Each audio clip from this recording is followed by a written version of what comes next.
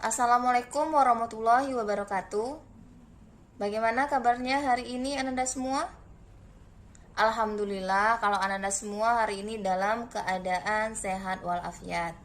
Baiklah, sebelum kita memulai pelajaran, alangkah baiknya kita berdoa terlebih dahulu agar pelajaran yang kita terima hari ini dapat bermanfaat dan diberkahi oleh Allah Subhanahu wa taala. Berdoa dimulai. Berdoa selesai. Nah, hari ini ada yang tidak hadir? Alhamdulillah kalau Ananda semua hari ini dapat mengikuti pelajaran. Baiklah, materi kita hari ini yaitu mengenai teks cerpen. Dan tujuan pembelajaran hari ini yaitu Ananda semua diharapkan mampu untuk menentukan unsur-unsur intrinsik cerpen dan juga mampu untuk menyimpulkan unsur-unsur intrinsik cerpen. Baiklah, sekarang coba lihat teks berikut.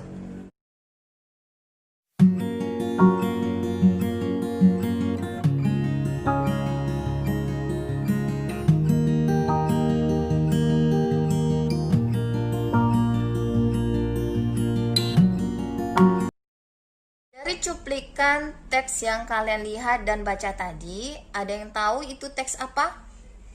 Ya, betul sekali Dwi, itu adalah teks cerpen. Jadi bagaimana ciri-ciri teks cerpen, ada yang tahu? Ya, benar sekali Anita. Jadi teks cerpen itu teks yang menceritakan kehidupan sehari-hari dan fiktif yang relatif singkat, yang panjangnya itu kurang dari 10.000 kata dan memiliki alur tunggal serta tokoh itu tidak mengalami perubahan nasib. Selain itu juga dapat dibaca dalam sekali duduk. Artinya, tidak membutuhkan waktu lama dalam membaca cerpen. Nah, unsur pembangun cerpen itu ada dua. Yang pertama itu ada unsur intrinsik dan yang kedua itu ada unsur ekstrinsik. Unsur intrinsik adalah unsur pembangun cerita dari dalam. Sedangkan unsur ekstrinsik itu adalah unsur pembangun cerita dari luar. Nah, pada pertemuan ini kita hanya membahas mengenai unsur-unsur intrinsik cerpen saja. Baiklah, dalam unsur-unsur intrinsik itu ada 7. Yang pertama itu ada tema, yang kedua itu ada tokoh, yang ketiga itu ada penokohan, yang keempat ada alur, yang kelima ada tema, yang keenam ada sudut pandang, dan yang terakhir itu ada amanat. Nah, kita bahas yang pertama itu tema. Tema adalah gagasan atau ide yang membangun cerita. Apakah tema sama dengan judul? Tidak, tema itu berbeda dengan judul. Kalau tema itu sifatnya umum, sedangkan judul itu sifatnya lebih khusus. Seperti contoh, misalnya ibu meminta kalian untuk membuat cerita dengan tema sahabat.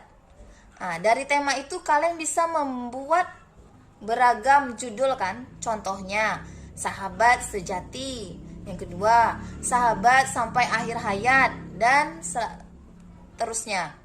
Nah, yang kedua itu tokoh. Tokoh adalah pemeran dalam cerita. Sedangkan penokohan itu adalah penggambaran watak tokoh. Dalam hal ini, tokoh berdasarkan sifat atau karakternya atau wataknya itu dibagi 3. Yang pertama, ada tokoh protagonis. Yang kedua, ada tokoh antagonis. Yang ketiga, itu ada tokoh tritagonis.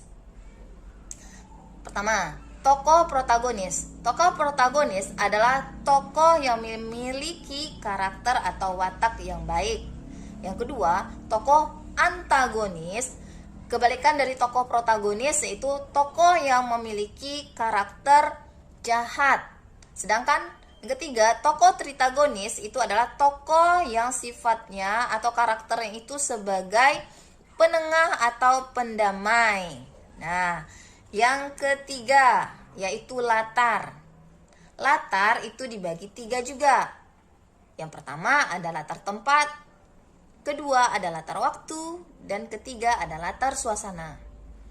Latar tempat itu berkaitan dengan tempat. Contoh seperti di pasar, di mall, di sekolah, di rumah, di kamar, dan sebagainya. Selanjutnya latar waktu. Latar waktu itu berkaitan dengan waktu. Contoh, ketika matahari terbit, berarti itu menandakan pagi. Bisa pagi, malam, siang, sore, dan sebagainya. Selanjutnya latar suasana. Latar suasana itu berkaitan dengan kondisi atau keadaan cerita. Apakah menegangkan, membahagiakan, mengharukan, dan sebagainya. Nah, yang kelima itu ada alur. Alur adalah jalan cerita atau rangkaian peristiwa. Dalam hal ini alur juga ada 3. Pertama ada alur maju, yang kedua ada alur mundur, dan yang ketiga ada alur campuran. Nah, yang pertama alur maju. Alur maju yaitu alur yang mengisahkan cerita itu dari masa sekarang berkelanjutan dengan urutan waktu. Sekarang, nanti, hari ini, besok, atau dari pagi, siang sampai malam, berkelanjutan ke masa depan.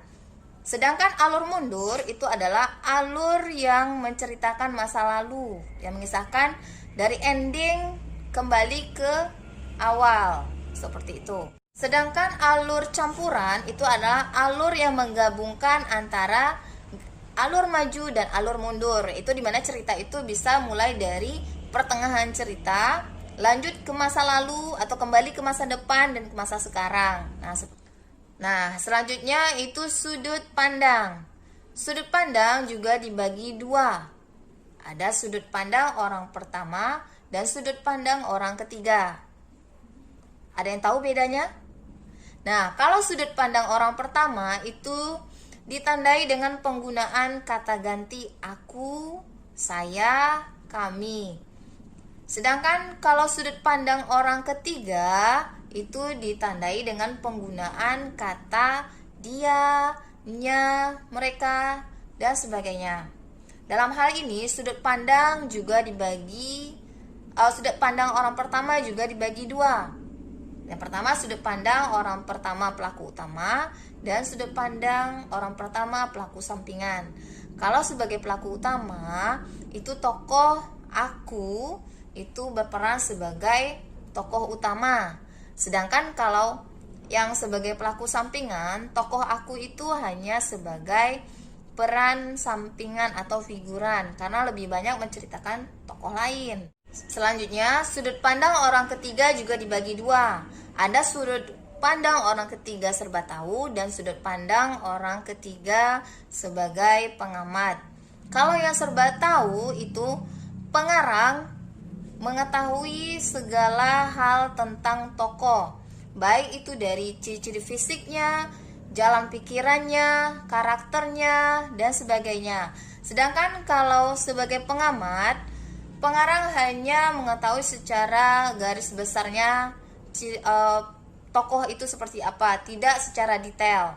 Nah, yang terakhir itu ada amanat. Amanat adalah pesan yang ingin disampaikan oleh pengarang kepada pembaca. Nah, dari penjelasan ibu ini ada yang mau bertanya? Nah, kalau tidak ada yang mau bertanya,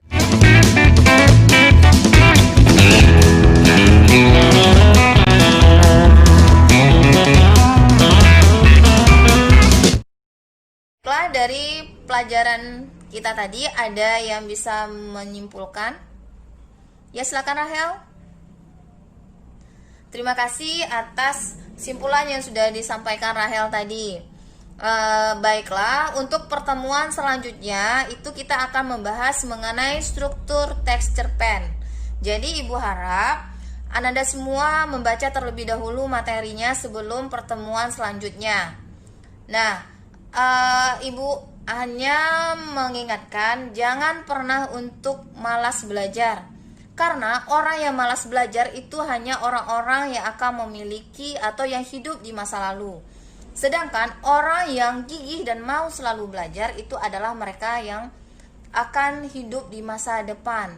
Jadi, jangan pernah berhenti untuk belajar dan jangan sampai akhir hayat. Dan sebelum kita mengakhiri pelajaran, sebaiknya kita berdoa sebagai bentuk syukur kepada Allah Subhanahu wa taala. Baiklah, berdoa dimulai. Berdoa selesai. Akhir kata, Assalamualaikum warahmatullahi wabarakatuh.